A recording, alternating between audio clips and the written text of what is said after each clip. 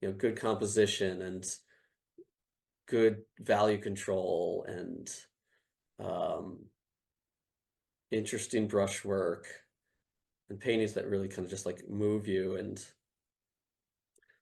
so just kind of, I remember Richard said like, don't, what he said, I'm probably butchering his quote, but something to the effect of, don't just study art, but study good art.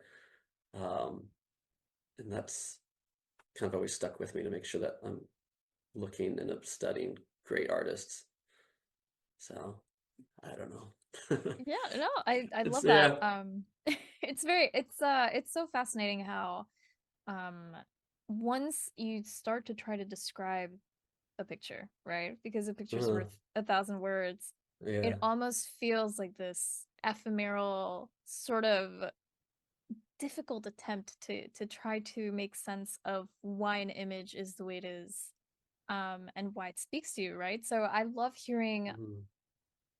on the one hand, I love your advice on making sure that maybe the influences that you're looking at have a very similar sort of I guess like voice, like you said, that they have some Yeah. kind of similar quality. But I also love that you still experiment anyway, and you'll still, branch out and see, you know what, I love the way Jeremy Mann does these, really broad strokes, probably with a palette knife of some sort, because his Yeah. work is Yeah. very textural as Very well. textual. Yeah. Yeah. So that's worth trying out. So, which brings me to one of the really awesome things that you mentioned just at the beginning, which is that you, despite, your work being quote unquote scattered, right? Which is something that maybe a gallery might care about, because galleries usually like Right. work to be very constant, and they know what to expect, right? Sure. Yeah.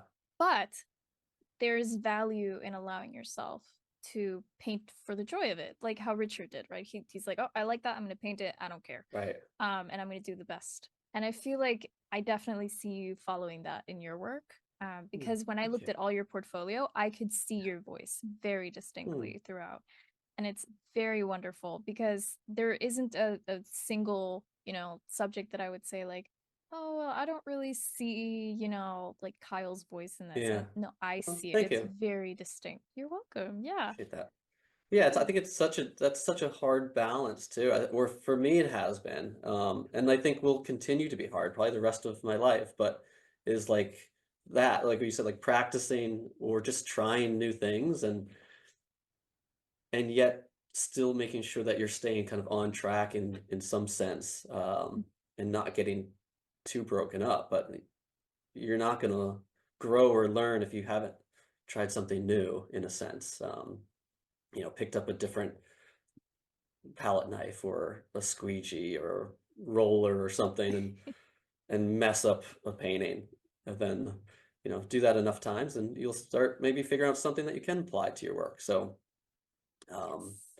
but it's hard to balance that with also being consistent and like you said, galleries want to have consistency and they want to know that you're going to be bringing in, work that they can keep selling because it,